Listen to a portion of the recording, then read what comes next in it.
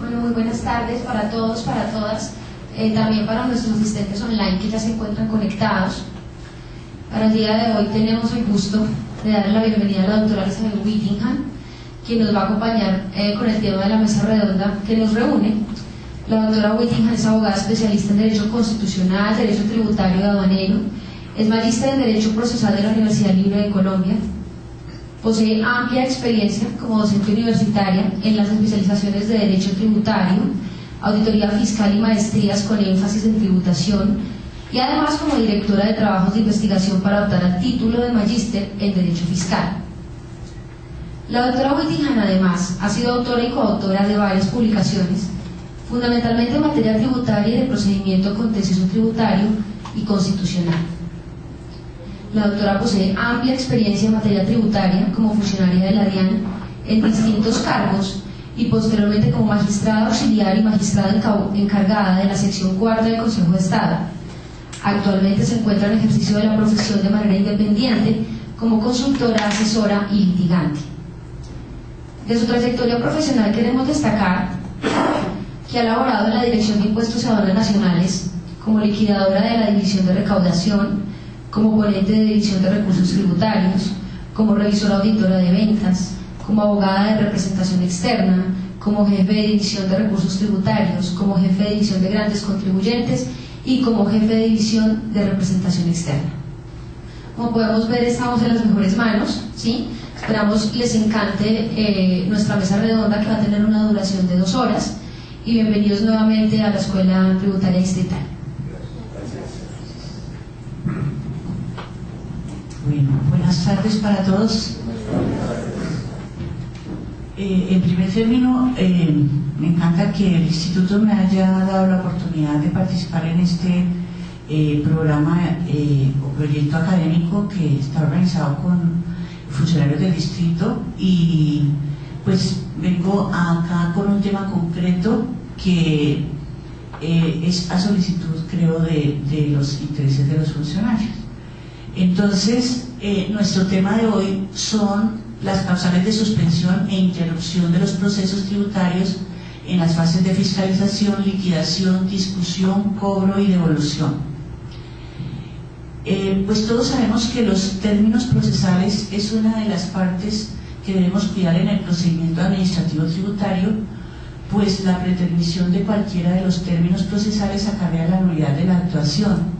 Entonces, muchas veces se ha trabajado mucho en la fiscalización, en la auditoría de los procesos, y finalmente el proceso tiene un final no muy adecuado cuando no se cuidaron los términos y se decretó una nulidad eminentemente procesal. Entonces, pues ese tal vez motiva mucho el interés de este tema.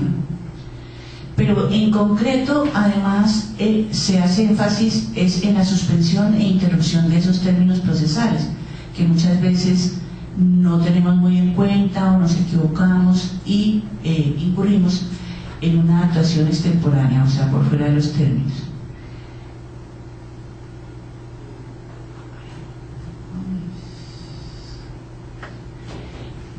Para abordar el tema, pues he considerado importante precisar algunos conceptos que luego vamos a utilizar de manera general en el desarrollo del tema.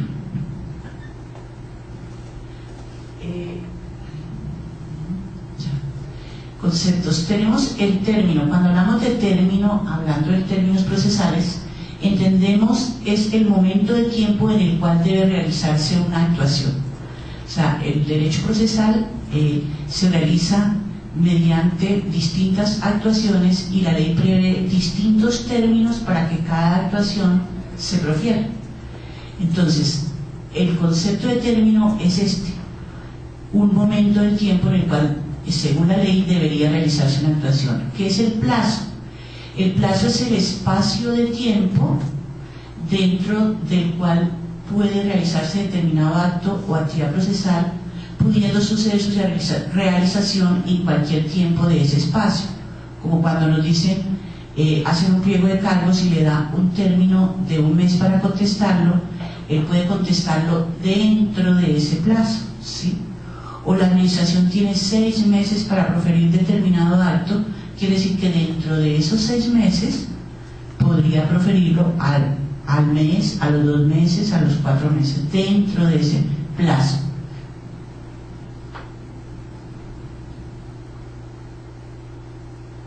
Ahora, los términos legales siempre se encuentran determinados expresamente en la ley.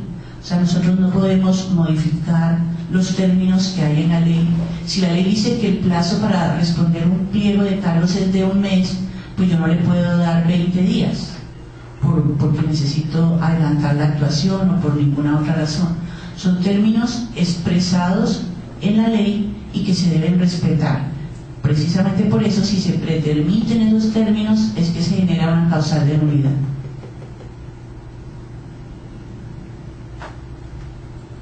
Otro concepto a precisar es el de la computación de los términos. Ustedes saben que los términos se señalan en meses, días o años. Hay unas reglas generales en el Código de Régimen Político y Municipal y en el Código Civil, incorporadas al Código Civil, entre otras, que nos dan unas reglas generales que siempre se aplican en todos los procedimientos para el cómputo de términos.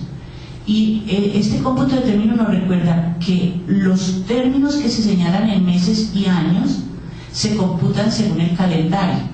Y si el último día de vencimiento del término es inhábil, el término se corre al día siguiente, al primer día siguiente hábil, ¿sí? Esa es una de las reglas, diríamos, para el cómputo de términos. O sea, si dice que es de 1 año, entonces se dirá 1 año que contará a partir del 29 de abril del 2010 será al 29 de abril del 2011, ¿sí? O sea, de fecha a fecha cuando se habla de calendario. Y si cayera ese 20 de abril en un día festivo, en un día inhábil, entonces el término se prolonga hasta el día siguiente hábil. Los plazos que se señalan en días se entienden suprimidos los días hábiles. Si la norma dice que 30 días, pues serán 30 días excluidos los días inhábiles, que pueden ser sábados, domingos o festivos, ¿sí?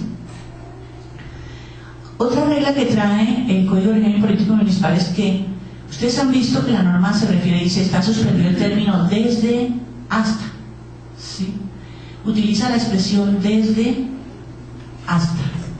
Entonces, cuando esta regla que también trae el Código Civil dice, cuando se dice que una cosa debe observarse desde tal día, se entiende que ha de observarse desde el momento siguiente a la medianoche del día anterior. ¿Qué quiere decir? Que es desde el mismo día. Si dice desde la fecha de notificación, es desde ese mismo día. Por eso la regla del Código Civil dice desde la medianoche del día anterior, ¿sí? O sea, la medianoche inicia el día siguiente, ¿sí? Y cuando se dice que debe observarse hasta, ¿sí?, se entiende que ha de observarse hasta la medianoche de dicho día. Entonces dice hasta la fecha de notificación de X actuación, pues el día que se notifique la actuación fue hasta ese día, ¿sí? Que son los términos que normalmente se usan en las normas cuando se habla de la interrupción y de la suspensión de términos. Dice, se suspende desde hasta, ¿sí? Entonces es la expresión que usa el legislador.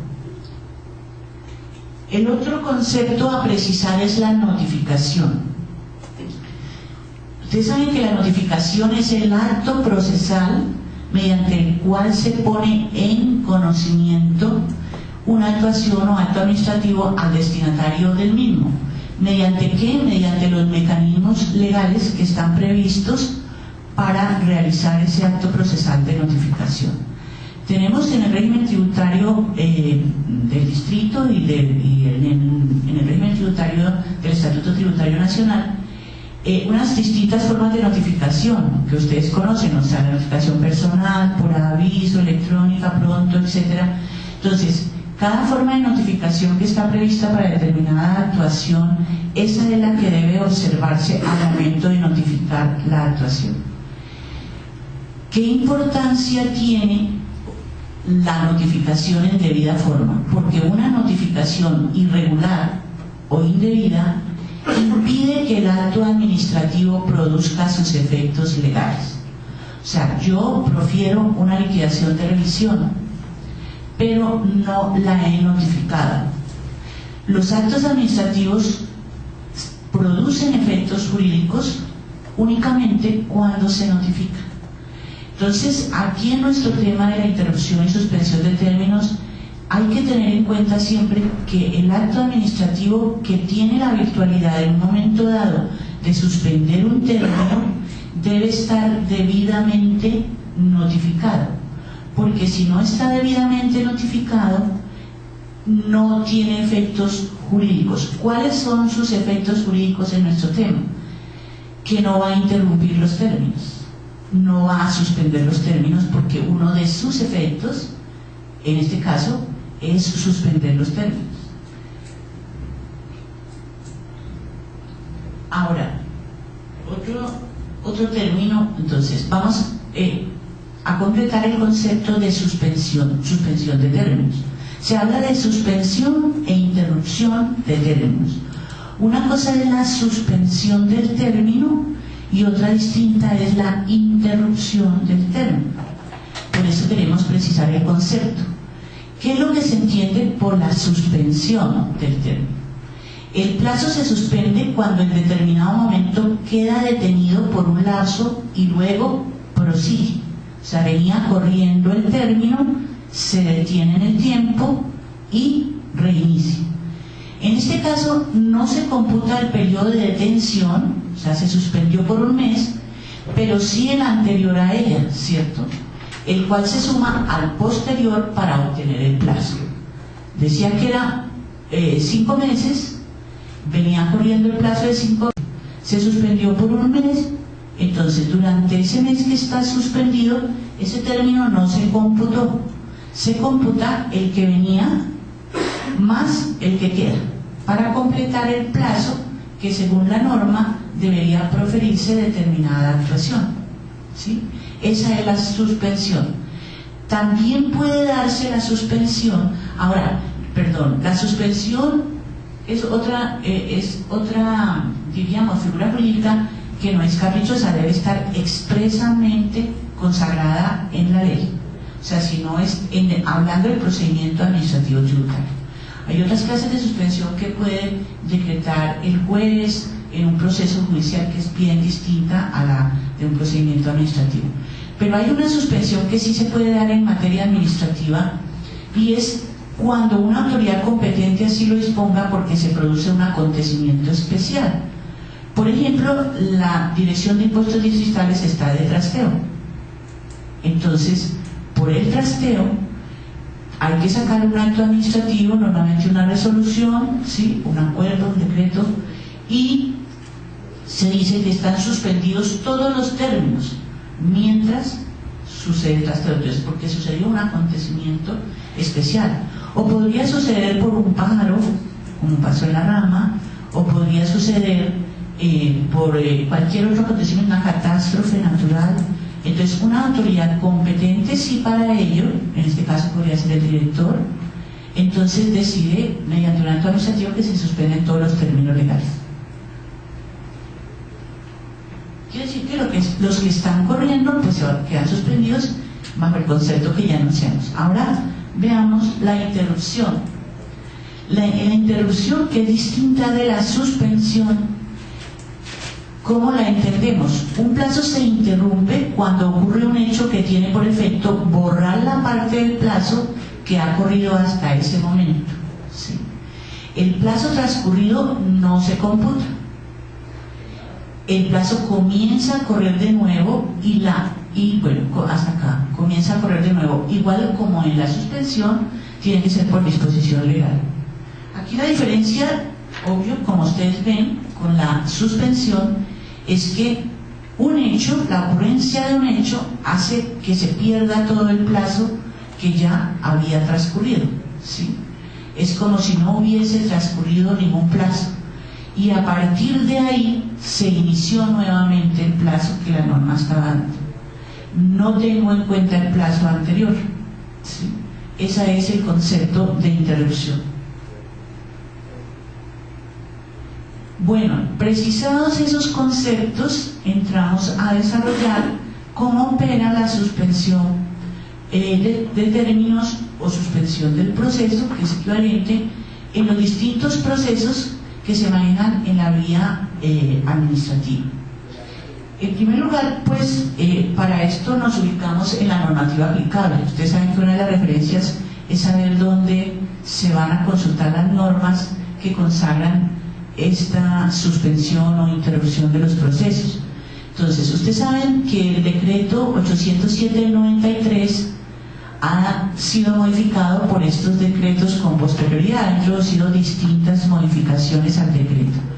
El decreto 807 del 93, que aparece incorporado en el Estatuto Tributario de Bogotá, es el que trata del procedimiento tributario, ¿sí? Ese procedimiento remite en la mayoría de sus normas al Estatuto Tributario Nacional. Algunas normas difieren de las del Estatuto Tributario Nacional, pero no muchas, en su esencia prácticamente ninguna, porque inclusive una sentencia que debieron conocer ustedes del Consejo de Estado, que anuló muchas disposiciones del 807 que pretendió modificar sustancialmente de pronto el procedimiento consagrado en el Estatuto Tributario Nacional. ¿Por qué se hizo? Porque las facultades que tenían en ese momento las autoridades distritales era simplemente para acoger el régimen procedimental sin modificarlo, sino adecuarlo a la naturaleza de los impuestos distritales y a la naturaleza de los procedimientos distritales, pero no modificarlo en ese senso.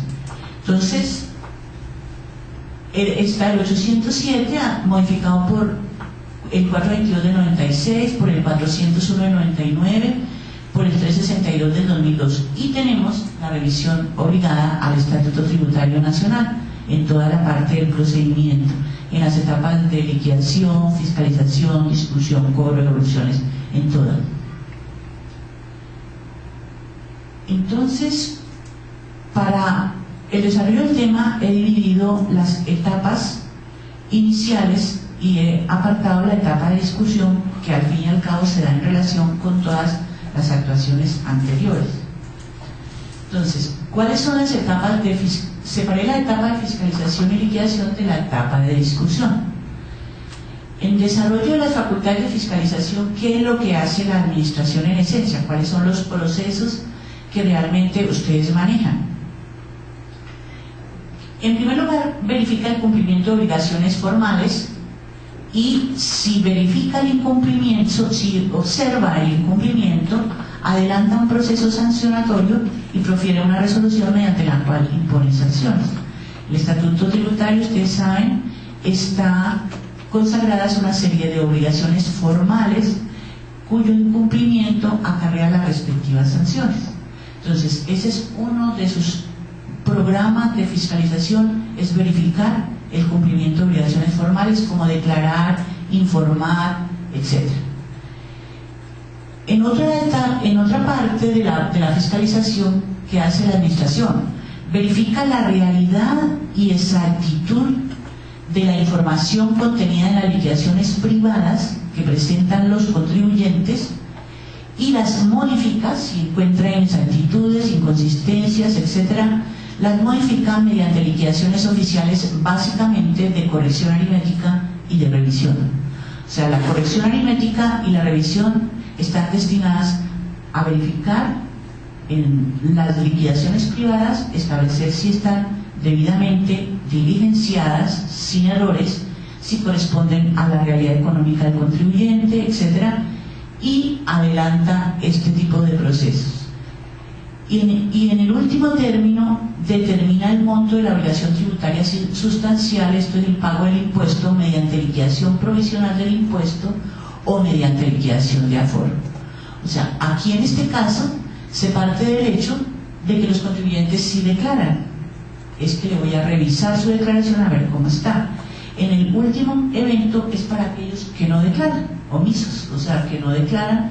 Entonces la administración tiene el mecanismo de determinar su obligación tributaria sustancial mediante la liquidación de aforo o mediante la liquidación provisional. Entonces, hablemos primero del proceso sancionatorio. Entonces, pasamos por todos los procesos que se originan en virtud de esas facultades de fiscalización para establecer en qué procesos está prevista la interrupción o suspensión de término. Entonces, en el proceso sancionatorio, que está regulado en el Estatuto Tributario de Bogotá, artículo 55, y que es, como ya les dije, similar al Estatuto Tributario Nacional, se señala como un término de prescripción para imponer las sanciones, un término general, 2 años contados a partir de la ocurrencia del hecho sancionable, ¿sí? Y hay una excepción de 5 años cuando se trata de sanción por no declarar o todas aquellas sanciones que están previstas en los artículos 659, 660, 661 del Estatuto Tributario Nacional y que incorpora el Estatuto Tributario de Bogotá, que son las sanciones previstas para los contadores que emiten certificados que no correspondan a la realidad, etcétera, los estados financieros, sanciones que están previstas para contadores. El resto de las sanciones, este término general prescribe 2 años a partir de la ocurrencia del hecho sancionable. Aquí, uno de los conflictos que se pueden presentar en la realidad es determinar exactamente la fecha en que ocurrió el hecho sancionable. Y determinar la fecha en que ocurrió el hecho sancionable puede ocurrir mediante una prueba, por ejemplo, la no presentación de los libros de contabilidad mediante el acta respectiva, la no facturación mediante el acta mediante el cual se dejó constancia de no facturación, etc. ¿Y cómo opera este procedimiento sencillo sancionatorio? Aquí no está prevista ninguna suspensión o interrupción de este término. Son 2 años contados a partir de la ocurrencia del hecho sancionable sin interrupción de términos. ¿Cuál es el procedimiento que se hace en un proceso sancionatorio? La norma habla de pliego de cargos previo a la imposición de la sanción. El término para formularlo son 2 años, o sea que dentro de los 2 años es que operaría la prescripción de la facultad para sancionar, y va a ser con el pliego de cargos, no con la resolución. O sea, tengo 2 años para formular el pliego de cargos. Si no lo hago dentro de los 2 años, pues ya no puedo sancionar. Término para dar respuesta a los pliegos de cargos, 1 mes. Aquí volvemos con nuestro tema. Si se dice que 1 mes, entonces tenemos los conceptos que enunciamos anteriormente. Si se dice que 1 mes, ¿desde cuándo cuento el mes? Como es a partir del pliego de cargos, la norma utiliza indistintamente los términos. Dice, tiene un término para dar respuesta de 1 mes, no dice desde cuándo. Pero ¿qué tenemos que entender? Desde la fecha de notificación del pliego de cargos. No desde que yo proferí el pliego de cargos y lo dejé en el escritorio, sino desde cuando en efecto lo puse en conocimiento del interesado. Porque el término que se otorga es a favor del interesado para que él tenga tiempo de responder al pliego de cargos. El término para aplicar, que también les quería llamar la atención en esto, la sanción, es de 6 meses desde la fecha. Aquí es 1 mes, aquí es en meses el término, desde la fecha de vencimiento del plazo para dar respuesta al pliego de cargos. Y dice la norma, previa la práctica de las pruebas a que haya lugar. Pero acá ni en esta etapa, ni en la inicial, ni en esta, está contemplada suspensión de término alguna, independientemente de que yo considere necesario practicar pruebas previamente, ¿sí? Está previsto que se podrían practicar pruebas 6 meses desde la fecha de vencimiento para dar respuesta, pero no está prevista la práctica de pruebas no está previsto, perdón, ningún término para que yo practique pruebas, ni que las pruebas que practique permitan suspender el término de los 6 meses. Ahora, cuando la ley dice dentro del término de los 6 meses, no quiere decir necesariamente que yo tenga que esperar al último día de los 6 meses para sacar la resolución, que es el otro riesgo.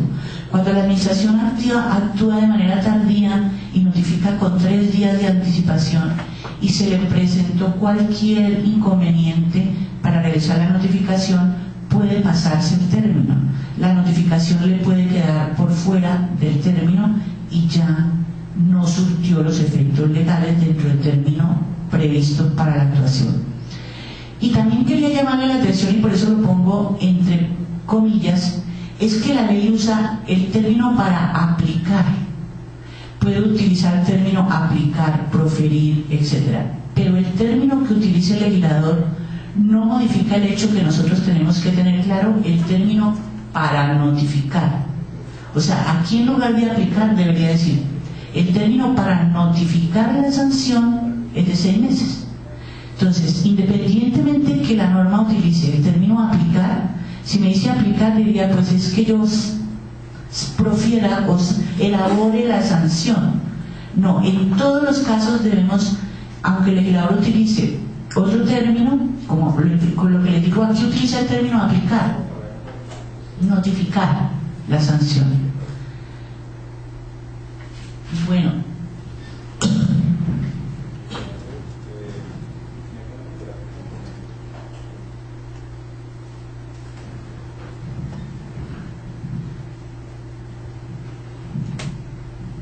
pasemos al proceso de liquidación de corrección aritmética.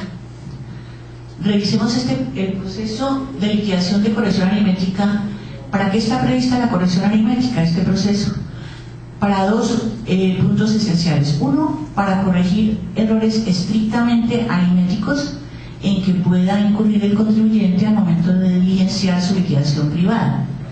O sea, errores de suma, resta, multiplicación, aritméticos.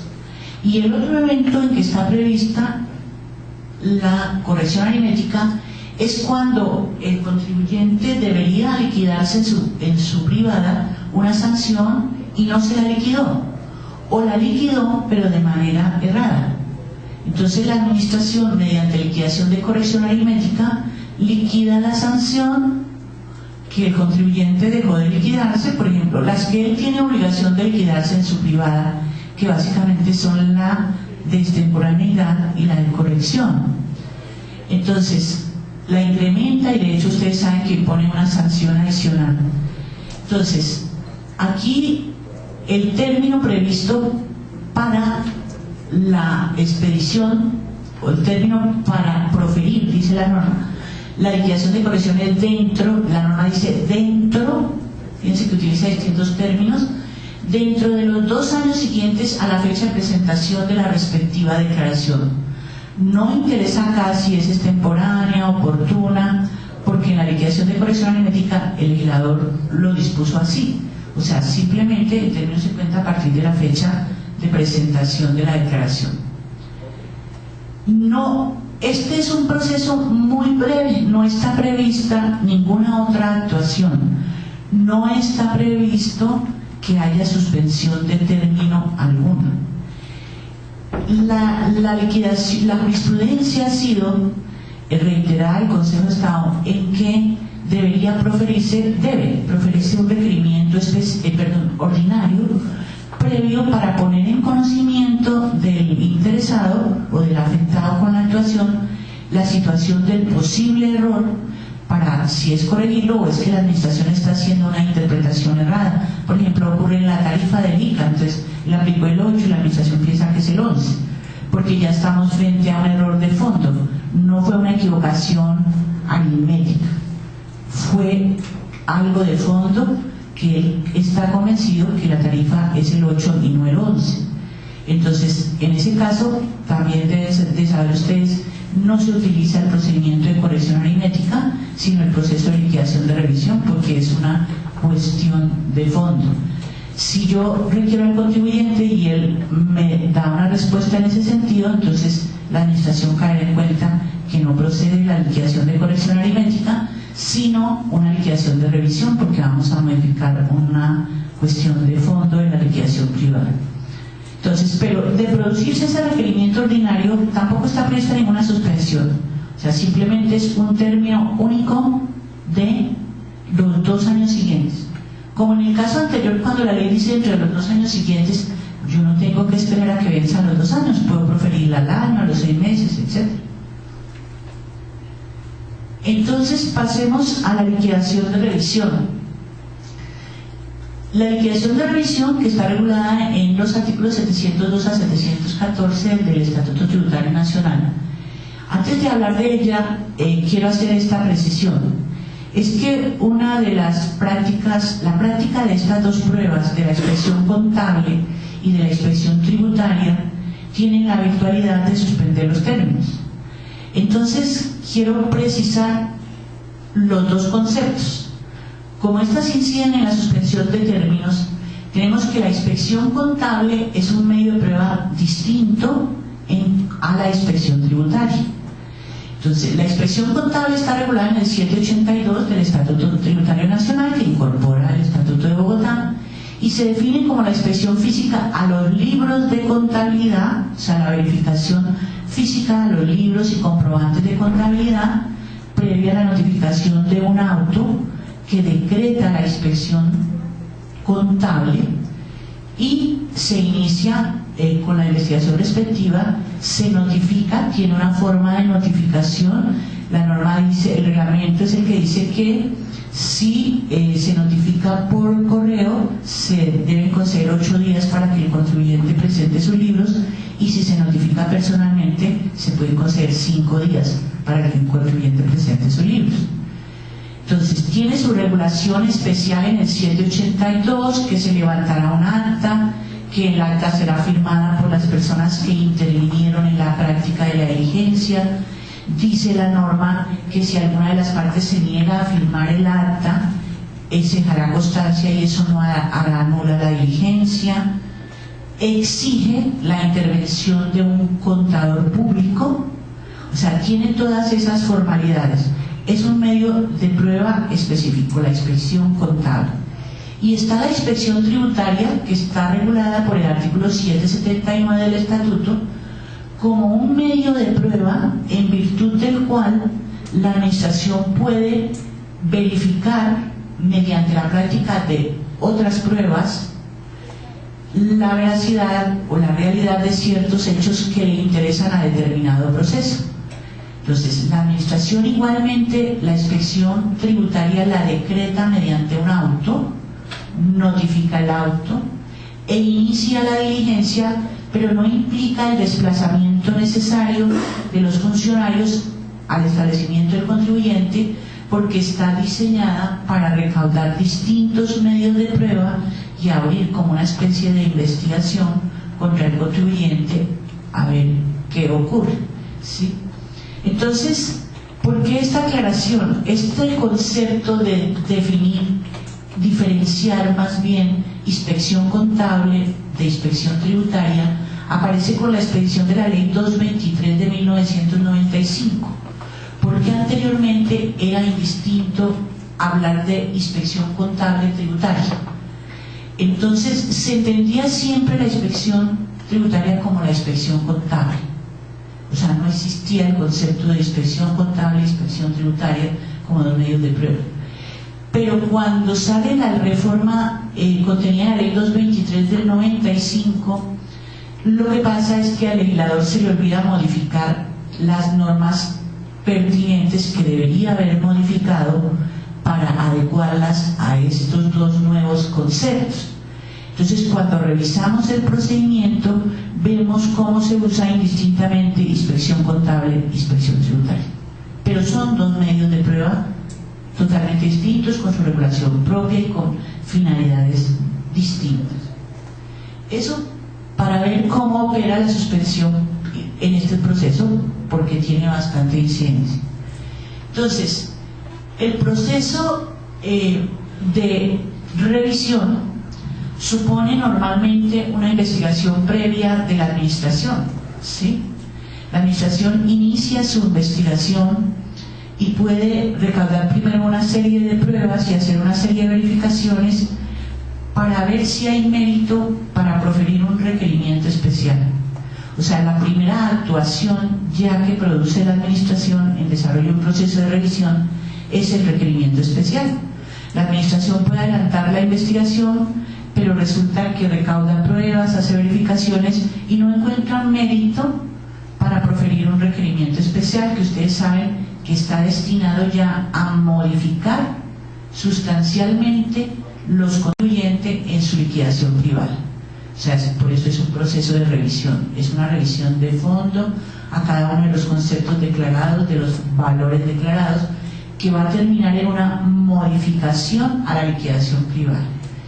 Entonces, previo al requerimiento especial, la administración puede hacer muchos requerimientos ordinarios, puede recaudar pruebas, o sea, puede decretar inspección tributaria, inspección contable, etcétera, y cuando tenga ya pruebas como suficientes, pues sí puede proponer sus respectivas glosas o modificaciones en un requerimiento especial. Entonces, el término para notificar el requerimiento especial, notificar, dice la norma, dentro de los 2 años siguientes a la fecha del vencimiento del término para declarar, y si la declaración fuese temporánea, los 2 años a partir de la fecha de la presentación, y si las declaraciones tienen saldo a favor, 2 años después de la fecha de presentación de la solicitud de devolución o compensación del saldo a favor. En resumen, son 2 años para notificarlo. 3 inicios del término distintos dependiendo de declaraciones tributarias presentadas de manera oportuna. Pero ¿qué pasa si el vencimiento para presentar la declaración era el 15 de abril y yo la presento el 1 de abril? ¿De dónde cuenta el término? ¿Desde qué? El 15. Pero si era el 15 y la presento el 18, desde el 18. Entonces, la diferencia está en que siempre son los mismos 2 años, pero tendré que tener en cuenta la fecha de vencimiento según la resolución o decreto de plazos, y si es extemporánea tendré que ver exactamente la declaración, a ver en qué fecha la presentó, y si tiene solicitud de devolución o compensación, 2 años a partir de la presentación de la solicitud de devolución o compensación. El término para dar respuesta, que está previsto 3 meses siguientes, dice la norma, ¿sí?, a la notificación. Observen que cuando la norma se refiere a 3 meses siguientes, es que yo no puedo computar el día de la notificación. Hoy le notifiqué el requerimiento especial al contribuyente. Si la norma dice 3 meses siguientes, pues será mañana. Empiezo el cómputo desde mañana. Entonces, 3 meses para dar la respuesta. Término para ampliar el requerimiento. Está contemplada la ampliación al requerimiento especial cuando la administración hace uso de esa actuación. Cuando en desarrollo de la investigación o por la respuesta al requerimiento observa que algún punto se le quedó por fuera, o que debe adicionar o quitar porque la ampliación le permite todavía modificar la propuesta hecha en el requerimiento especial, entonces decide ampliarlo. Entonces está previsto que el término para ampliarlo es dentro de los 3 meses siguientes al vencimiento del término para dar respuesta al requerimiento especial. ¿Pero qué implica esto? Que yo tengo que esperar los 3 meses que tiene el contribuyente para dar respuesta al requerimiento especial inicial, y no puedo, supongamos que el contribuyente al mes dio respuesta, ¿yo puedo sacar la ampliación? No, porque el término es de él y yo tengo que respetarlo hasta el último día. ¿Y qué pasa si lo hago antes? Incurre en una causal de nulidad, estoy pretermitiendo un término que es del contribuyente. Entonces tengo que esperar, pero cuando dice dentro de los 3 meses siguientes, ahí sí puedo ser diligente y una vez vencido el término, pues si lo hago al otro día la ampliación no pasa nada, es dentro de los 3 meses siguientes. Y el término para dar respuesta a la ampliación, dice la norma, será no menos de 3 meses y máximo 6 meses. Fíjense que esta es una excepción en que deja a criterio del funcionario el término para dar respuesta a la ampliación. Les decía que los términos procesales no son caprichosos, los plazos no me los puedo inventar como funcionario. Pero aquí encontramos una especie de excepción, aunque pone un límite mínimo y máximo. O sea, tampoco le puedo dar 2 meses, pero tampoco le puedo dar 8. ¿Sí? O le doy 3, o le doy 4, 5 o 6. Pero no le doy ni más ni menos de ese término para dar respuesta a la ampliación al requerimiento. Entonces, aquí viene la primera parte de la suspensión del término para notificar el requerimiento especial.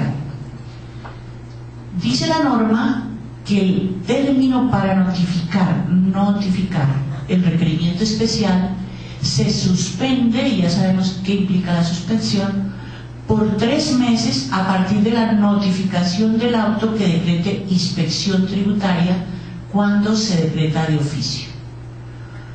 O sea, ¿qué implica? Primero, el término está dado en meses, ¿sí? Entonces, que es de fecha a fecha. Pero da una fecha a partir de la notificación.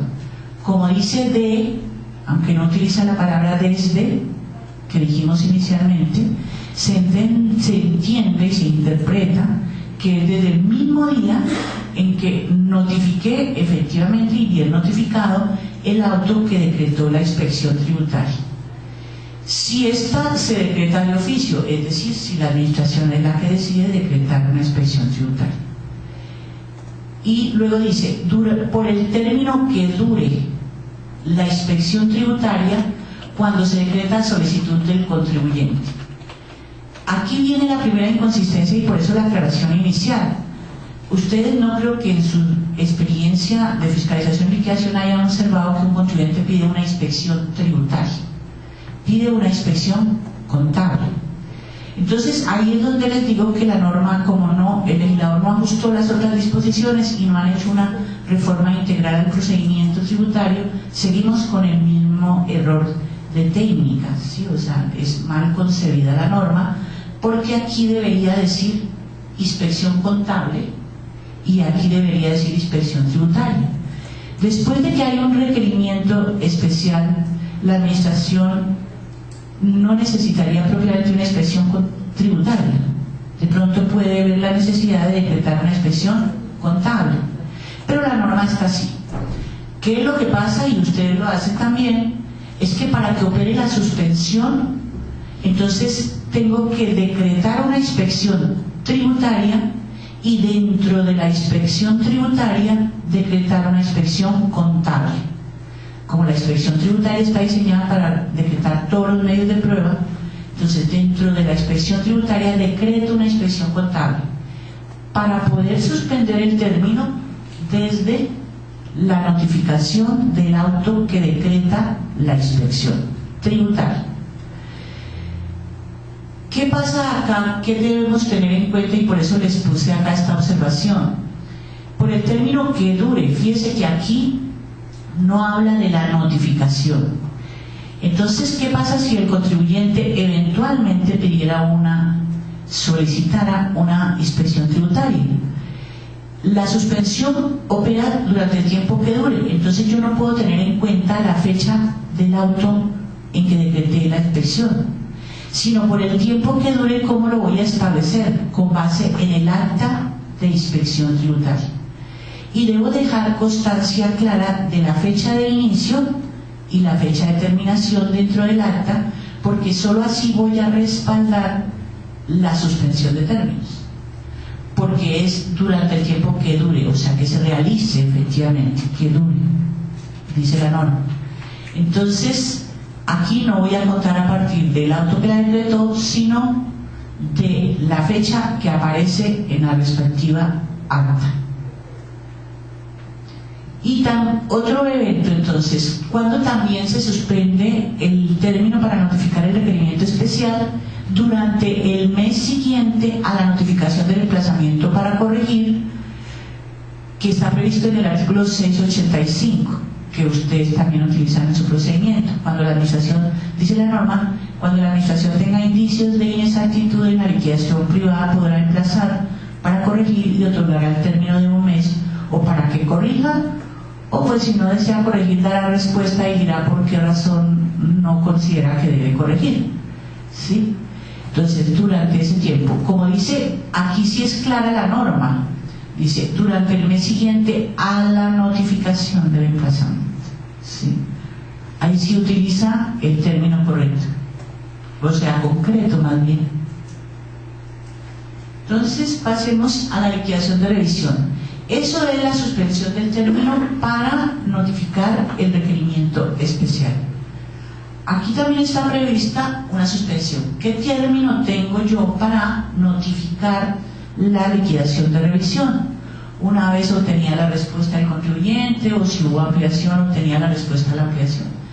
Término para notificarla, dice la norma, 6 meses siguientes a la fecha del vencimiento del término para dar respuesta al requerimiento especial o su ampliación. Acá lo mismo, yo puedo proferir la liquidación al mes, a los 3 meses, a los 4, que no me pase de 6 meses, pero notificándola dentro del mismo término. Está prevista entonces aquí la suspensión de este término de 6 meses, dice la norma, por 3 meses a partir de la notificación del acto que decrete inspección tributaria cuando sea decretado de oficio. Está igual que la suspensión del término para notificar el requerimiento. Pero luego dice, por el término que dure la inspección contable. Aquí se utilizó inspección contable. O sea, tratándose del término para notificar la liquidación de revisión, hizo distinción, ahí quedó modificada la norma, ¿sí? Y dice, si la inspección tributaria se decreta de oficio, el término se suspende a partir de la notificación por 3 meses. Fíjense que es por 3 meses independientemente que la inspección dure un mes. ¿Sí? Y por el término que dure, y volvemos a lo mismo, dure, dice la norma, la inspección contable cuando se decrete a solicitud del contribuyente. Como en la inspección contable igual hay un auto que decreta la inspección y que se notifica, entonces yo no puedo contar la suspensión desde la fecha en que notifiqué el auto que decretó la inspección contable, sino desde la fecha en que duró la inspección contable. O sea, que debo dejar constancia clara en el acta de inspección contable de la fecha de inicio y de la fecha de terminación de la diligencia, para hacer el conteo teniendo un respaldo probatorio válido. Y durante otra causal de suspensión del término para notificar la liquidación de revisión es el término que dure la inspección, es durante los 2 meses, durante 2 meses, dice la norma, cuando se soliciten documentos que no reposen en el expediente. O sea, es más, y dice durante 2 meses. Cuando la norma no dice hasta o desde, sino durante, entonces es todo el tiempo. Durante 3 meses, durante 4 meses, durante 2 meses. O sea que yo tengo 2 meses independientemente de que la prueba llegue antes al expediente, porque el legislador no utilizó, sino dice durante 2 meses. Entonces, en este evento, cuando se soliciten documentos que no reposen en el expediente, aunque la norma no lo dice, se entiende que son documentos que el contribuyente ha solicitado se tengan como prueba, ¿sí? Y que deben ser remitidos de pronto por otra entidad, que hay un derecho de petición de por medio que no ha sido respondido y que estamos en espera del documento, o un documento que proviene del exterior. No distingue si es documento que proviene del exterior o no, pero en todo caso tengo 2 meses para practicarlo. Entonces, hasta acá tenemos el proceso de revisión y las oportunidades procesales en que opera la suspensión del término. Entonces pasemos al otro procedimiento, que es el de la liquidación provisional, a revisarlo, porque acá tampoco hay ninguna suspensión o interrupción del término.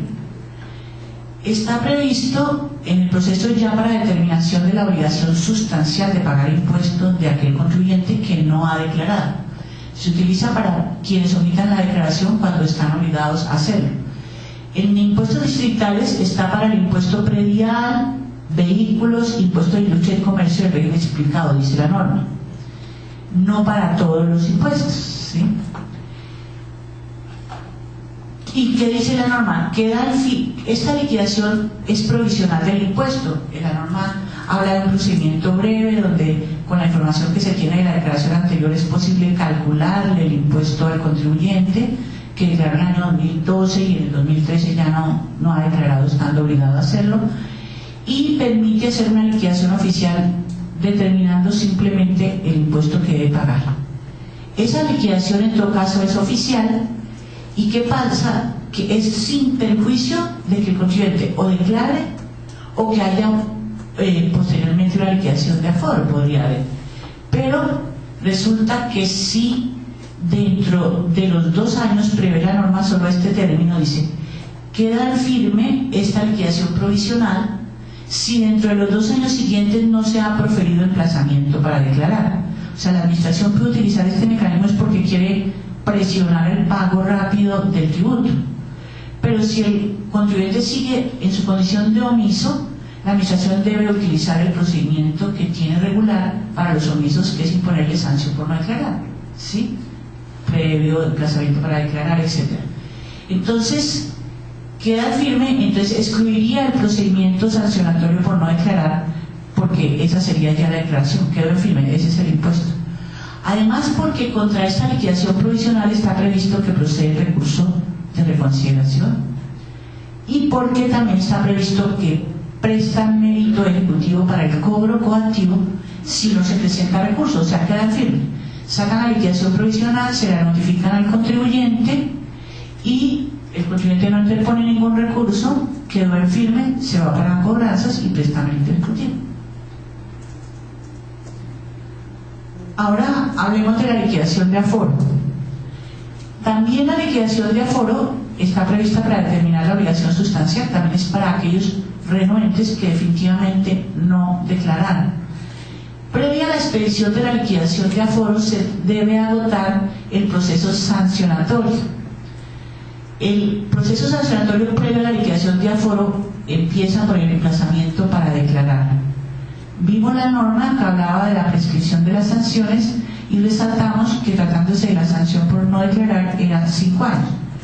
Entonces, ¿cuál es el término para notificar el emplazamiento para declarar? 5 años.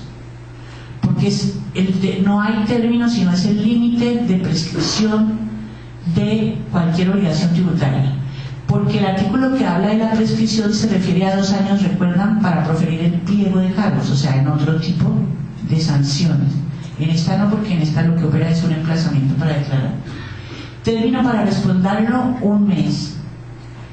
Y una vez agotado este procedimiento se impone sanción y se profiere vencido el término para dar respuesta. Aquí no hay ningún término dentro del cual la administración deba proferir la resolución, sancionando por no declarar.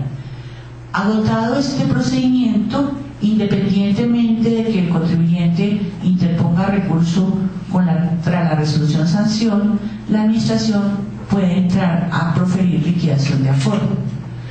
¿Y cuál es el término para notificar la liquidación de aforo? Dentro de los 5 años siguientes al vencimiento del plazo por declarar. En conclusión, como observamos, simplemente la administración dentro de los 5 años siguientes al vencimiento del término para declarar tiene 5 años para distribuirlos como quiera y agotar el proceso sancionatorio y proferir la liquidación de aforo. O sea, tiene 5 años sin que opere acá ni esté prevista ninguna suspensión de término.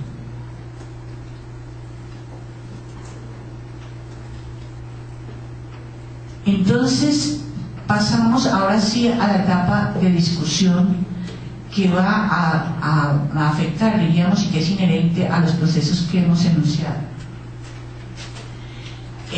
Tenemos que en materia tributaria el recurso por excelencia ordinario es el denominado recurso de reconsideración, ¿sí?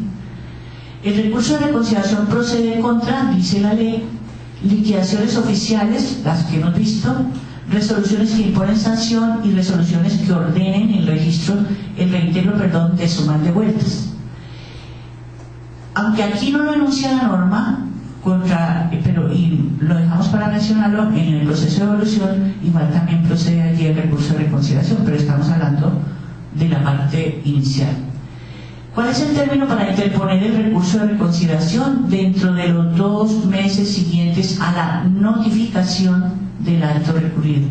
Aquí ocurre lo mismo y es de resaltar lo mismo, o sea, es la fecha de la notificación en debida forma la que va a determinar el momento a partir del cual el contribuyente tuvo conocimiento del acto administrativo y por consiguiente contará los 2 meses que tiene para interponer el recurso.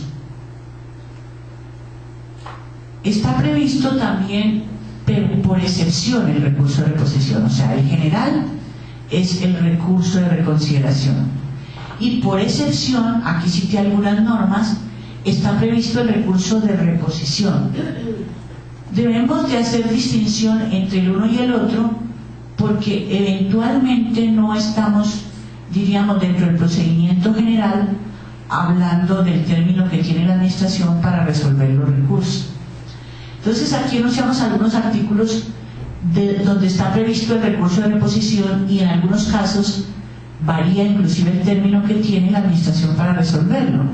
Entonces tenemos, por ejemplo, el 735 que trata de la sanción por clausura del establecimiento, el 739 la sanción a contadores, el 660 la sanción a contadores por pruebas, aquellas normas que les enunciaba inicialmente que prevén conductas sancionables de los contadores por emitir pruebas que no correspondan a la realidad. Resolución que decide las excepciones en el proceso de cobro, que también tiene un término muy pequeño para resolverse. Sanciona a funcionarios por incumplir el término de devoluciones, en el 682, el 579-1, fijación del domicilio fiscal de sociedades para efectos fiscales. Y aquí tenemos otros ejemplos donde está previsto el recurso de reposición de manera expresa y no el de reconsideración. En el 671, sanción de declaración de proveedor ficticio. 671-1, acto que decreta insolvencia en el proceso de cobro. 662, sanción por utilización de interpuestas personas por parte de los inversionistas institucionales. Y aquí les puse esta observación: hay unos procesos que se generan en ejercicio del derecho de petición, que ustedes también tendrán, que no encajan dentro de los procesos ordinarios que manejamos en tributario. Cuando yo tengo un procedimiento legalmente establecido, acudo al derecho de petición, para que me den una copia, para que me autoricen, para que, etc. En esos casos, como no está previsto un procedimiento especial en el estatuto tributario, entonces se rige por el Código Administrativo y de lo contencioso administrativo, que consagra los recursos de reposición y apelación previstos en el CEPACA, que es el que conocemos nuevo Código Administrativo y de lo contencioso administrativo. Esta aclaración para ver cómo opera en la etapa de discusión. Estos son los recursos que se denominan ordinarios, ¿no? El de reconsideración o los de la vía gubernativa. O sea, el recurso de reconsideración y el recurso de reposición. Hay un recurso extraordinario, antes de seguir con el término, hay un recurso extraordinario que se llama el recurso de revocatoria directa. Está previsto solo cuando yo no hago uso de los recursos ordinarios. Tengo acá que procede, según la norma distrital, los actos de la administración tributaria distrital, siempre que no se hubieran interpuesto los recursos ordinarios o si hubieran interpuesto y hubieran sido admitidos. O sea, si yo fracasé en el ordinario, podría hacer uso de pronto de la revocatoria directa. Término para interponer la revocatoria es un plazo más amplio, no son 2 meses, sino 2 años, siguientes a la ejecutoria del acto administrativo de que se trate. Y hay un término para resolver de 1 año contado desde la fecha de su interposición en debida forma. Acá no está prevista, este es un recurso que se denomina extraordinario y que es subsidiario al que yo recurro únicamente cuando no hice uso de los recursos ordinarios. ¿Por qué? Y la observación al margen es porque este recurso no sirve para votar vía gubernativa y por tanto no sirve para ir al contencioso a demandar la actuación administrativa. Entonces el contribuyente hace uso realmente de este recurso cuando se le pasó el término para interponer los ordinarios. Entonces decide hacer uso de la revocatoria directa por si acaso, pero no le sirve para demandar. Sí.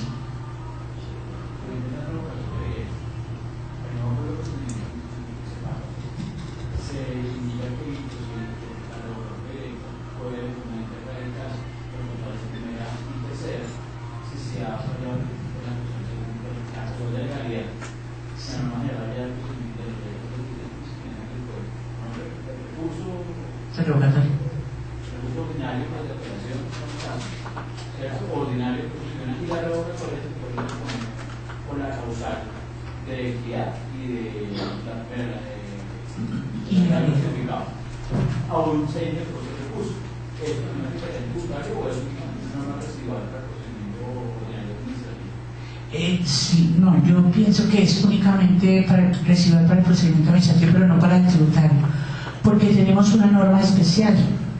Entonces la norma especial prevalece sobre la general. De la revocatoria de manera general sí quedó así regular, pero la revocatoria, como sigue la norma en el estatuto y la misma norma dice que solo cuando no se hayan interpuesto los recursos y no hace distinción de causal, no. Pienso que no puede aplicarse el tributario. Entonces, ¿cuál es el término para resolver los recursos de reconsideración y reposición? ¿Sí? Salvo los que tengan de reposición, como les decía ahora que enunciamos las normas, hay recursos de reposición que tienen un término mucho más breve para resolverse. El de cláusula creo que tiene 10 días, el de las excepciones tiene 20 días o algo así. ¿Cuántas? Un mes. Exacto, tienen un término especial, entonces no se va a regir por la norma general. Entonces, el término para resolver los recursos de manera general es de 1 año contado a partir de la interposición en debida forma. Y aquí sí está prevista la suspensión de este término de 1 año. Pero primero aclaremos en la primera parte el inconveniente de hablar de interposición de recurso en debida forma. ¿Sí? El recurso de interposición se supone que se interpone con el cumplimiento de los requisitos legales, o sea, oportunamente, acreditando la representación, indicando los motivos de inconformidad, etc. Pero puede ocurrir que no se interponga en debida forma y sea inicialmente inadmitido. Entonces lo que se ha dicho es que como la norma dice en debida forma, ¿desde cuándo yo contaría el término que tengo de 1 año? Desde cuando el contribuyente saneó, o sea, interpuso su recurso contra el año admisorio y saneó. Pero realmente esa es la interpretación que se ha dado. Pero lo sano y lo sugerido es preferible que se falle en ese evento dentro del año siguiente a su interposición. Porque viene la discusión si en criterios de ustedes es en debida forma y en criterio del juez no, o en criterio del jefe no, o en criterio de la Oficina de Investigación Disciplinaria no. Entonces vienen las distintas interpretaciones. Se ha dicho por parte de la jurisprudencia, pero pues realmente pienso que es más sano desde la fecha de interposición. Al fin y al cabo es 1 año. Suspensión del término para resolver el recurso. Dice, por el término que dure la inspección tributaria cuando se decrete a solicitud del contribuyente. Volvemos con lo mismo. Estas normas definitivamente estarían mandadas a recoger, ¿sí? O sea, a derogarlas, sino ya en la etapa del recurso, excepcionalmente tendría algo extraordinario para que la administración decrete una inspección tributaria, porque ya están las glosas, no puede proponer nuevas modificaciones a las que ya propuso en la liquidación de revisión, por ejemplo, y entonces ¿qué sentido tiene una inspección tributaria? ¿Sí? No es muy técnico ni práctico, pero así está. Suspensión por el término que dure la inspección tributaria cuando se decrete a solicitud del contribuyente. Otra vez la aclaración es que dure, no cuando se decrete. Y hasta, aquí fíjense que aquí el legislador sí quiso utilizar hasta por 3 meses cuando la inspección tributaria se practique de oficio. ¿Qué quiere decir hasta por 3 meses? Que no necesariamente son los 3 meses, ¿sí? Como si está cuando hablamos de requerimiento, ¿sí? Porque aquí el legislador utilizó la palabra. Es tan sensible, ustedes saben el derecho, que la sola utilización de un término puede cambiar el sentido de la norma y su aplicación. En este caso, como dice, hasta podría ser por menos tiempo de los 2 meses. Una observación final a lo que hemos venido observando de utilizar la práctica de inspección tributaria como un motivo para suspender los términos.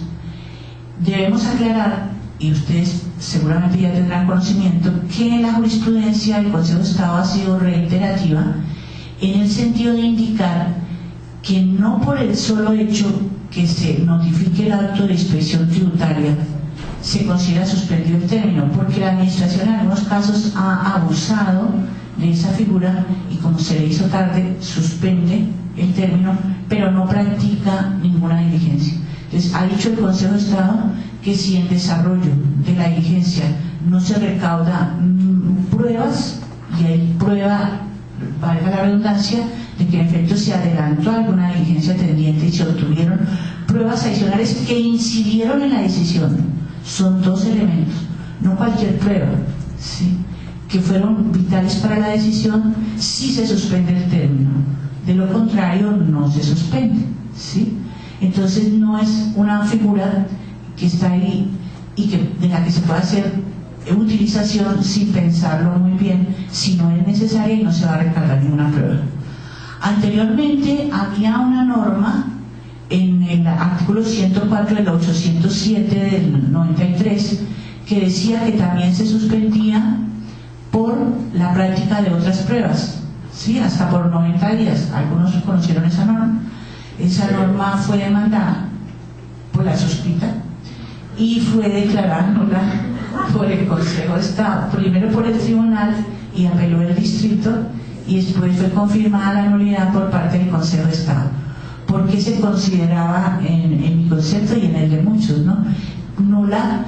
Porque lo que les dije inicialmente, el estatuto tributario distrital constituía una compilación y el procedimiento tributario previsto en el Estatuto Nacional se debía adecuar, no modificar. Y si en impuestos nacionales tenemos solamente esta suspensión, no podíamos extenderla a otras circunstancias y se declaró nulo. O sea, solo es la práctica de estas pruebas. Ya hablamos de la revocatoria directa, dijimos que aquí no hay ninguna suspensión de términos. Bueno, hasta acá entonces hemos hecho las precisiones en cuanto a los términos y su suspensión en la etapa de discusión. Entonces pasemos a hablar del proceso de cobro coactivo. Aquí hablamos es propiamente de la prescripción de la acción de cobro. El proceso de cobro coactivo, como todos sabemos, está diseñado para hacer efectivo por la vía coactiva el pago de las obligaciones tributarias que están vencidas y que no han sido canceladas por el contribuyente. Entonces, en este proceso, ¿qué nos indica el término de prescripción de la acción de cobro? Que dentro de este término debemos adelantar el proceso de cobro, o de lo contrario, la facultad para cobrar prescribe. Entonces, y prescribe por ende la deuda fiscal. Entonces, la ley señala que son 5 años contados a partir de, y da estas referencias: fecha de vencimiento del término para declarar o fecha de presentación para declaraciones extemporáneas. Fecha de presentación de la declaración de corrección con mayores valores, fecha ejecutoria del acto administrativo. Queremos precisar, esos son los eventos que la ley señala. En realidad, la prescripción de la acción de cobro, ¿a partir de cuándo se cuenta? Los 5 años, de cuando la obligación se hizo exigible. ¿Sí? Esa es la regla general. Pero la norma del Estatuto Distrital habla de estos términos. ¿Sí? Entonces, ¿qué está indicando? Depende el título ejecutivo que yo tenga para cobrar, entonces tendré en cuenta la fecha de iniciación de la prescripción. Al hacer referencia al vencimiento del término para declarar, fíjense que técnicamente no está muy bien diseñada la norma. Venció el término para declarar, pero yo no he declarado. ¿Sí? Sin embargo, interpretando, ¿qué quiere decir? Si el título ejecutivo es una liquidación privada del predial, yo presenté mi declaración privada y nunca pagué, ¿qué fecha cuento para la prescripción? La presenté oportunamente, por eso, por no pagar extemporaneidad, fue que la presenté sin pago. Del vencimiento del plazo, no de cuando yo la presenté. Ahí sí hay que tener en cuenta eso, ¿sí? Entonces, porque el título ejecutivo va a ser mi declaración privada que presenté sin pago, ni siquiera lo hice ni extemporáneamente ni oportunamente, sino antes. O sea, o tenía un viaje y antes de irme digo a presentarla, pero no tengo dinero, entonces la presento y después pagaré, ¿sí? O la fecha de presentación para la declaración extemporánea. Entonces, en todo el caso, si el título ejecutivo fuera una declaración presentada en forma extemporánea, desde ahí cuento la fecha, ¿sí? Fecha de presentación de la declaración con mayores valores. Ustedes saben que hay 2 sistemas para corregir las liquidaciones privadas, 2 posibilidades o 2 procedimientos, uno el 588 y otro el 589. El uno cuando el primero cuando disminuyo el saldo a favor o aumento el impuesto a pagar, puedo corregir yo como contribuyente sin pedirle permiso a la administración. Cuando por el 589 yo voy a disminuir el impuesto o aumentar el saldo a favor, entonces ahí sí tengo que formular un derecho de petición, pasar a un proyecto de corrección, la administración se pronuncia, etcétera, y ahí sí interviene la administración en autorizarme o no esa corrección. Entonces, ¿a cuáles se refiere? A las del 588 o 89.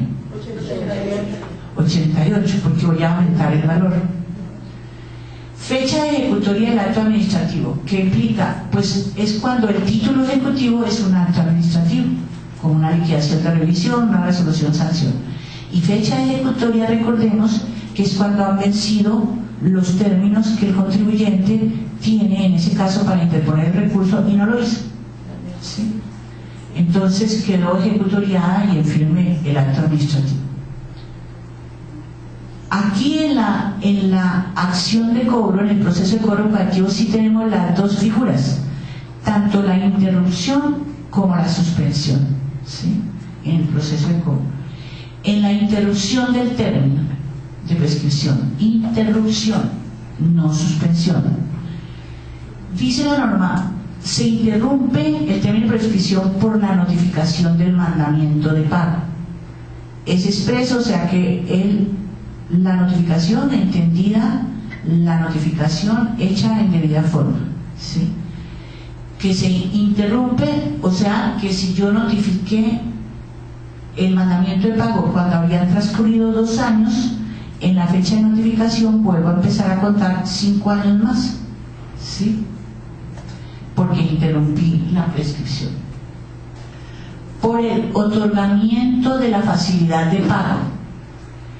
Dice el 841 que en cualquier etapa del procedimiento el deudor puede celebrar un acuerdo de pago, en cuyo caso se suspenderá el procedimiento y se podrán levantar las medidas cautelares.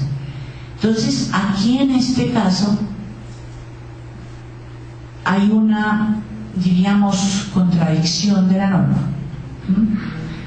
La norma primera, ¿sí?, En el orden cronológico, diríamos, de las normas, la norma primera habla de interrupción del término, o sea que si va corriendo el término y se hace un acuerdo de pago, habría una interrupción del término. ¿En qué fechas? No dice la norma cuándo se entendería. Mediante una resolución es que se concede un acuerdo de pago. Entonces, ¿cuándo sería la fecha en que se interrumpe? La notificación de la resolución que concede el acuerdo de pago. No cuando el contribuyente fue a hablar, yo le dije, sí, tal vez le va a conceder un acuerdo de pago. Sino tendríamos que tener certeza y sería la fecha de notificación de la resolución que aceptó el acuerdo de pago. Pero viene el 841 y dice en cualquier etapa y se suspenderá el procedimiento y se podrán levantar las medidas cautelares. Entonces, ¿alguno me puede decir cómo lo están manejando en el distrito? Con suspensión, no con interrupción.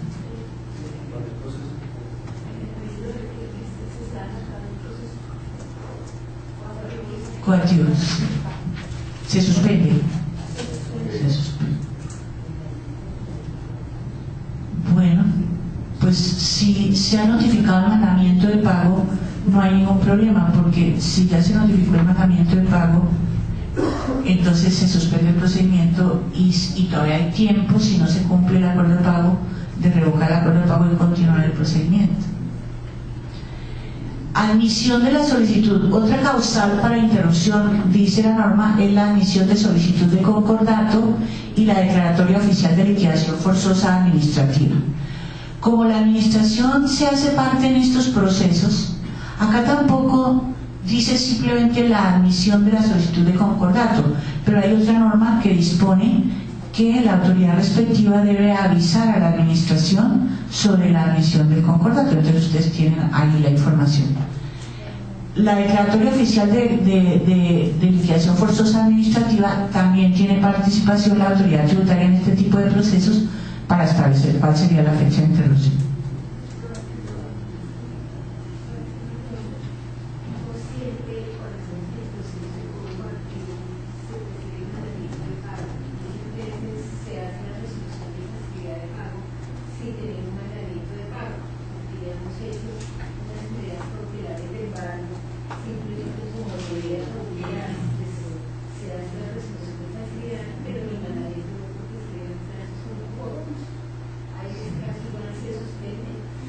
Pues en ese caso, el término de prescripción no, porque el término de prescripción está previsto es que se interrumpa. Se suspende el proceso en espera de que se conceda el acuerdo de pago. Pero si usted está por fuera de los 5 años y no notifica el mandamiento de pago y no se cumple el acuerdo, podría operar la prescripción.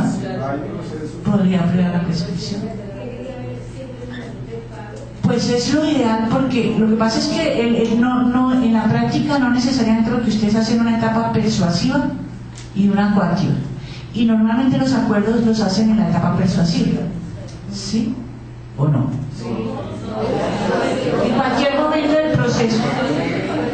No tienen la política de atraer a la política en cobranzas, que sí la tiene la DIAN. O sea, la tratan de hacer los acuerdos de pago en la etapa persuasiva.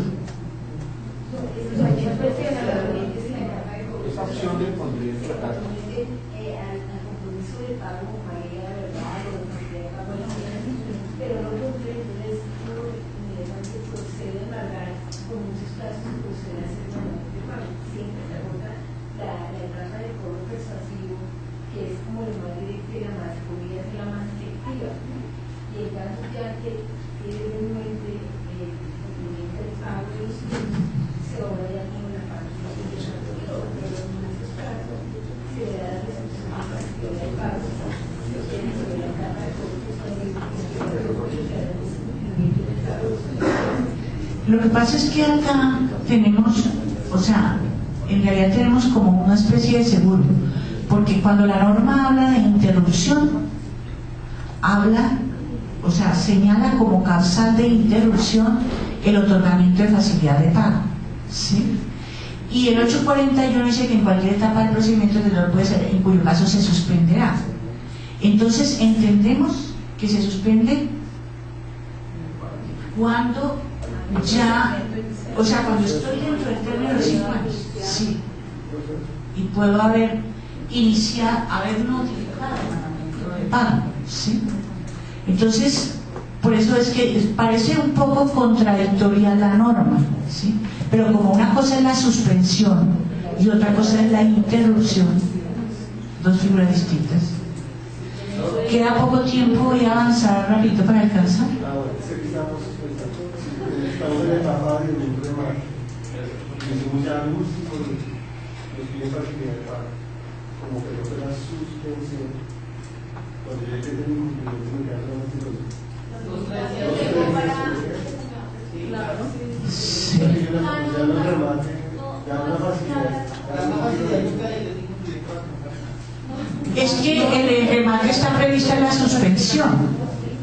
O sea, cuando se suspenda el remate. O sea, está prevista la suspensión, la misión. Porque cuando usted está en remate, usted debe hacer mandamiento de pago.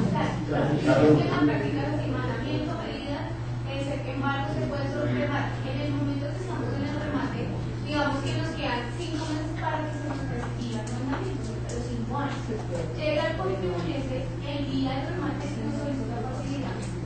En ese momento suspendería, entre comillas, no nos serviría porque cuando volvamos a empezar, cuando retomemos la facilidad, no nos quedan los 5 meses que nos faltaban de los 5 años para cobrar. O sea, ahí no interrumpe para volver a contar. No interrumpe, pero sí suspende. No, pero sí suspende. No, pero al suspender, recuerdan que la suspensión entonces se computa porque le hacía falta. O sea, exacto. Por eso es que nunca porque casi siempre dejamos muy poquito tiempo, o sea, el remate se saca cuando ya se va a recibir. Sí. No es viable darle una facilidad al contribuyente porque nos da los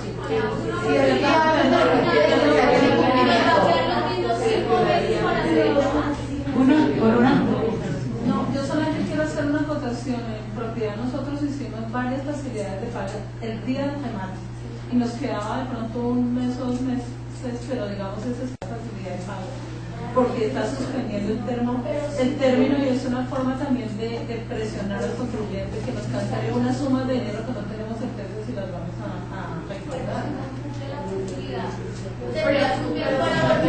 Pero tendría el término para volver a computar. Yo tengo entendido que Pero si le faltan 5 meses y el término se suspende, entonces le quedan durante el término que le otorgó para el acuerdo.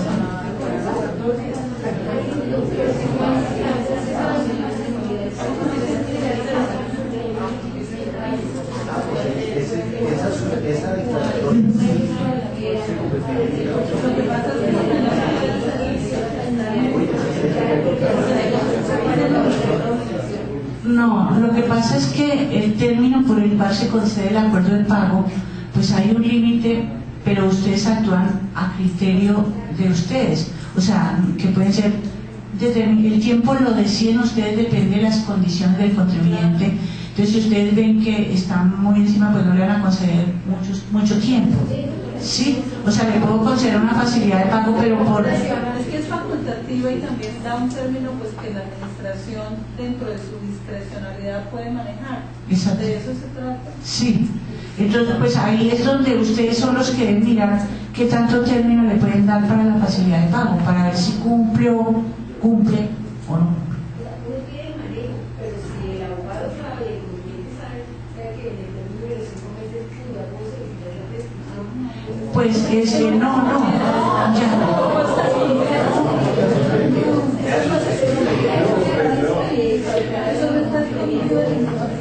se reanuda el término que hace falta.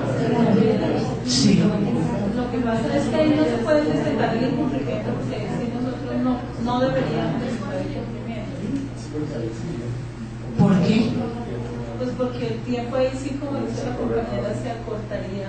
Sí. El plazo sería mucho más corto para ser exigido. Hay una teoría respecto a la ejecución de no hay que dar cumplimiento de 10 años. ¿Y de dónde sacan esa teoría? No es posible. Es que la norma lo dice. La norma es una obligación legal. O sea, la norma lo contempla así. El incumplimiento produce casi automáticamente la revocatoria del acuerdo de pago y la renovación de términos. ¿Sí? Ese sí es. O sea, entonces no estarían cumpliendo adecuadamente la norma. La norma les ordena prácticamente que usted no puede esperar. ¿A qué va a esperar? O sea, es su obligación. Sí, su obligación. Por eso tenemos que totalmente declarar incumplimiento. No, claro que sí. Es que es una obligación legal. Al decretar el incumplimiento, obviamente va a ser con una resolución, va a ser un acto nuevo. ¿Ese sí interrumpiría términos? ¿Se consideraría ya nuevamente o ya No. empieza Es la que, esa ya no, ese es un acto, diríamos, de trámite. Sí, porque el contribuyente no tiene recurso alguno contra esa resolución ni nada, o sea, le revocó el acuerdo de pago. Y continúa diciendo. Sí, continúa. Perdón, yo termino porque me está urgiendo acá la sala. Si no hay más preguntas por acá. Bueno. La misma norma prevé cuando se comienza a correr de nuevo el término, ¿no? Estamos hablando de la interrupción. El día siguiente a la notificación del mandamiento de pago, desde la terminación del concordato y desde la terminación de la liquidación forzosa. Bueno, ahí no nos detenemos. Aquí estaba el tema de la suspensión del término de prescripción, que dijimos desde el inicio que aquí se utilizaban las dos figuras, la interrupción y la suspensión. Desde y hasta, aquí utiliza el legislador, desde y hasta, desde que se emite el auto de suspensión de la diligencia de remate y hasta la ejecutoria de la providencia que decide la revocatoria, la ejecutoria de la providencia que resuelve la situación contemplada en el 567. Esto es cuando alguna notificación se ha hecho en forma errada, recuerdan la norma, y que la norma la autoriza a que la administración la pueda corregir en cualquier tiempo y no corren los términos. El pronunciamiento definitivo de la jurisdicción contenciosa administrativa en el caso del 835, o sea, de las resoluciones que niegan las excepciones. O sea, en conclusión, el término de prescripción se suspende. Obviamente, aquí es muy claro la providencia que decía la revocatoria, ya la conocemos. En este caso, la providencia que resuelve la situación contemplada, la providencia, no el acto administrativo, sí, o sea, hasta que el contribuyente demandó y obtuvo o no sentencia favorable.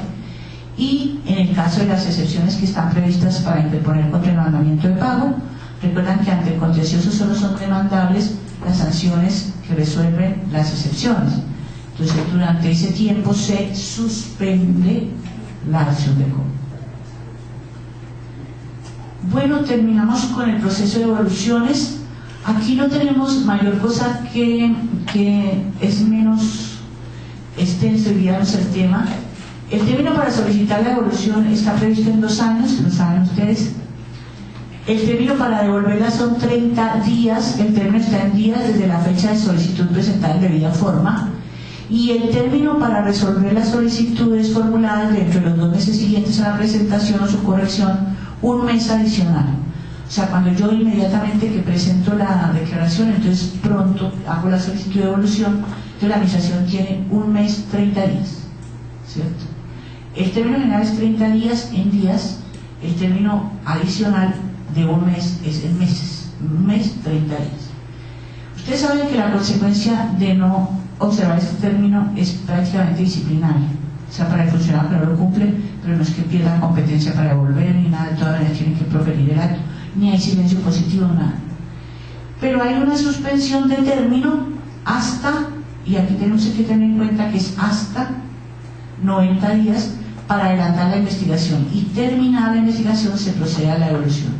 Este término nos interesa en el sentido de la situación disciplinaria que pueda acarrear para el funcionario y de los intereses que pueden generarse a favor del contribuyente por devolverle por fuera del término legalmente establecido.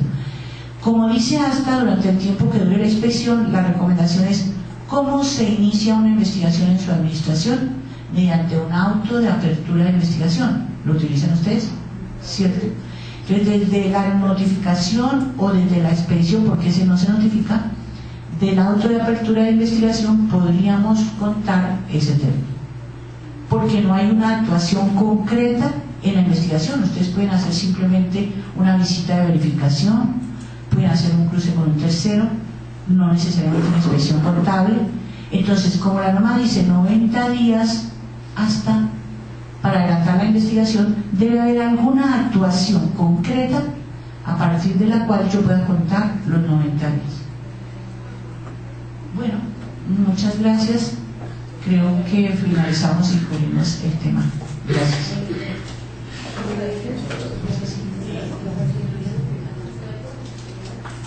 En el proceso, cuando se adelanta todo el proceso de cómo mostrar de cómo se preparan las excepciones, incluso de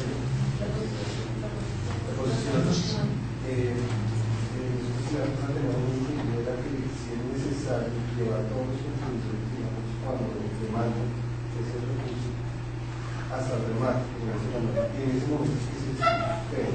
¿Cómo? Entonces tenemos que acarrear esos gastos de sacar avisos, de sacar todo, y llevar el contribuyente hasta la etapa del remate, y en ese momento se puede la suspensión, porque así es que debe ser la cosa, hay que llevar esta en ese momento se puede la suspensión. O sea, la inquietud es, la administración hace un desgaste administrativo y económico para llevar el proceso hasta allá, y después el contribuyente se gana la excepción en el contencioso. No, nos toca a todos llevarlos hasta allá, porque más bien suspender. Sí. O sea, llevar siempre esa carga en el otro contribuyente de que sabemos que está demandado, pero nos toca, porque así lo sencillo. Ajá. Esa es la pregunta, nos toca hacer. Pues la norma lo prevé así, ¿sí? Pero pienso que la norma no es imperativa en el sentido que se llega hasta allá. Él se suspende, dice, es una causal de suspensión. Entonces, como es una causal de suspensión, pues el proceso podría quedar ahí, ¿sí?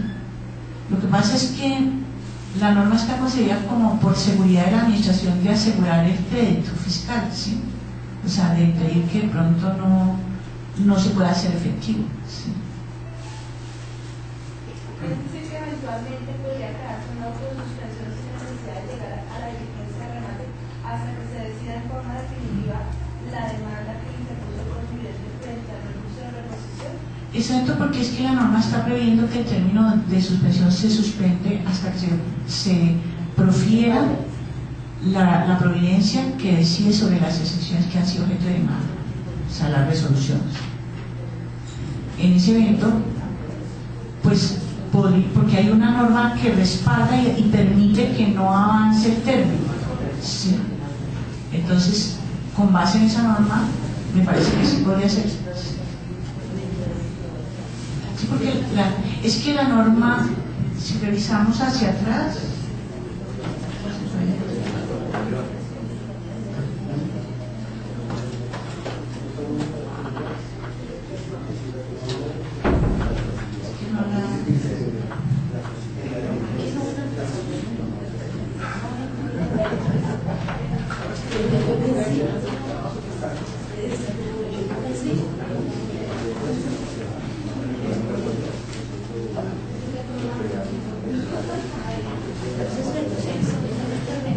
el pronunciamiento definitivo de la jurisdicción contenciosa administrativa dice en el caso contemplado, se suspende en el artículo 85, que son la demanda de las resoluciones que niegan las excepciones. O sea, si hay una norma legal que autoriza la suspensión, porque o hay otra norma que exige ir hasta el remate, no.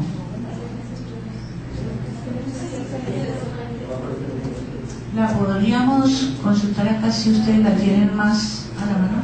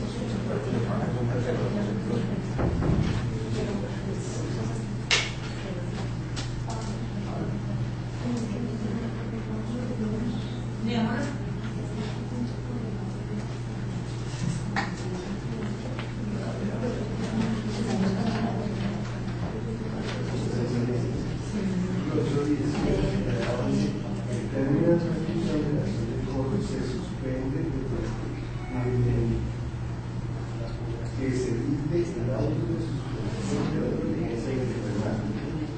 Ya está entonces necesariamente hay que expedir el auto que suspenda la diligencia remota. Sí. Sí, sí. Sí, sí. Sí, sí. Tiene razón. Sí. Sí, porque hay que proferir el auto, hay que proferir la actuación siempre que la ley está diciendo que es la que suspende. ¿Sí? Porque solo esa va a suspender.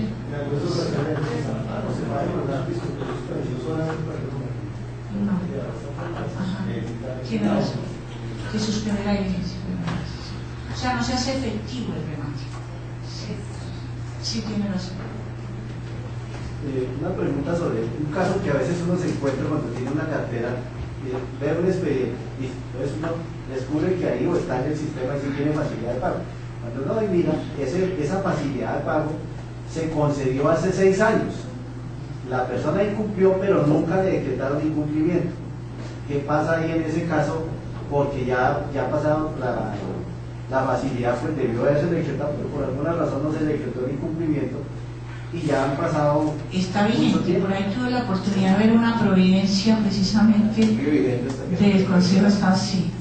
O sea, esa es una política no muy adecuada de la administración. Ya no prescribiría esa facilidad. Sino la recomendación es que hay que revocar el acuerdo de pago, porque en esa providencia que yo veía, el contribuyente aducía precisamente y demandó y propuso excepciones porque había un acuerdo de pago pendiente.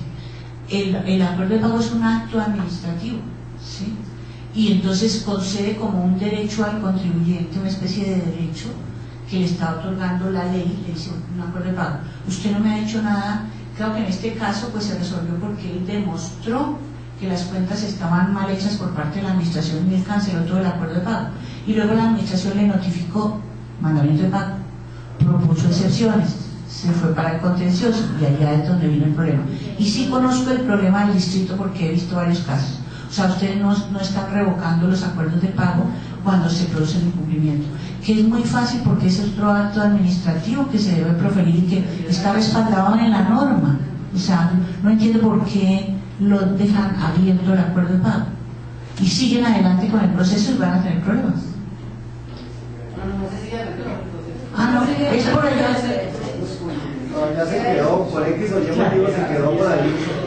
Y entonces cuando uno lo retoma, encuentra que hay una facilidad de pago ya de mucho tiempo. Falta de diligencia de la administración, entonces en algunos casos pues la administración, o sea, al no decretar el cumplimiento, pues no puede decretar. Sí, pero en la jurisdicción sí se la va a decretar. Sí, entonces sí, yo he visto varios casos. Ahora que ustedes ponen este problema en la mesa, es verdad, es una política no entendible de la administración porque es una actuación sencilla y si se revoca el acuerdo de pago y ustedes continúan su proceso. O sea, es que la norma lo que les reitero es una obligación legal. Normas facilidad de pagos automáticas y esto pagaba con una condición de pago, una reducción de interés. Estas facilidades de pago automáticas también se supone que están vivas por ahí. No pueden estar vivas. Pues ustedes no han hecho nada así. O sea, sí, pero la norma, la actual y es válida. O sea, es para revocar todas esas órdenes de pago y exigir la obligación, notificar mandamientos de pago. Sí, pero es que eso es discutible porque la administración, lo que yo he visto en ambos casos es eso, está la facilidad de pago allá sin revocar y ustedes inician nuevamente el proceso, o sea, continúan como si no hubiera nada. No, digamos que no declaran el incumplimiento. Es que lo que pasa es que hay dos formas de hacer cuando hay mandamiento y cuando no tiene mandamiento. Entonces, cuando tiene mandamiento se hace la facilidad de pago. Para continuar con el proceso debemos decretar el incumplimiento de la facilidad y continuar con el proceso. Cuando no hay, deberíamos de intentar el cumplimiento de la facilidad y abrir mandamiento. Correcto. Así se debe hacer. Lo que pasa es que el inconveniente está cuando hay mandamientos, queda poquito tiempo para que transcurran los 5 años desde que se cumplió el mandamiento, queda por ahí 2 o 3 meses, entonces no se decreta, se fijó la facilidad cuando faltaban 3 meses, entonces no se decreta el incumplimiento de la facilidad porque quedarían 3 meses para adelantar todo el proceso. Entonces no se alcanza, se dice que no se prescriben las obligaciones porque hay una facilidad, pero resulta que esa facilidad puede llevar perfectamente 7 o 8 años. Ese es el temor a revocar. Claro, la pregunta es que no es en todos. A dejarlo sin efecto. Pero tienen que ser excepcionales, o sea, porque es que también me parece que es política de la administración cuando va a conceder un acuerdo de pago, analizar las circunstancias, no solo económicas del contribuyente, obviamente, respecto a las garantías que otorgaron, etcétera, sino el término que le va a otorgar y cuál es la situación real del contribuyente procesalmente hablando, o sea, en qué estamos con ese objeto para que yo le pueda otorgar o no un acuerdo de pago. El acuerdo de pago es para que la obligación se haga exigible de una vez embargada. Prácticamente. Por eso, entonces es una política inadecuada, es replantear la política de la administración acerca de darles unas directrices cuando se va a conceder un acuerdo de pago, a tener en cuenta la conveniencia, porque es que eso es facultativo, ¿sí? Y lo mismo las condiciones en que se va a otorgar, o sea, cuánto término, etcétera, depende de las condiciones en que esté la deuda, o sea, en qué término estamos. Bueno, creo que ya. Con respecto a la interrupción y la suspensión, cuando se maneja los casos de estupefacientes, yo tengo todas las dudas del proceso. Porque muchas veces se ha embargado por la fiscalía, pero la extinción de dominio sale 2 o 3 años o 5 años después. Entonces, estupefacientes todo el tiempo está haciendo prescripción.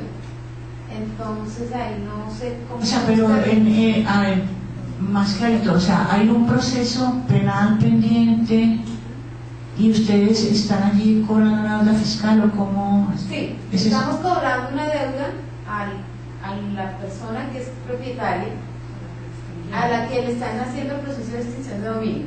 Ajá. Entonces ahí no sé cuáles son los términos de suspensión o de interrupción en esos casos. Los términos de suspensión en todos los procesos son unos solos, o sea, en la acción de cobro son estos.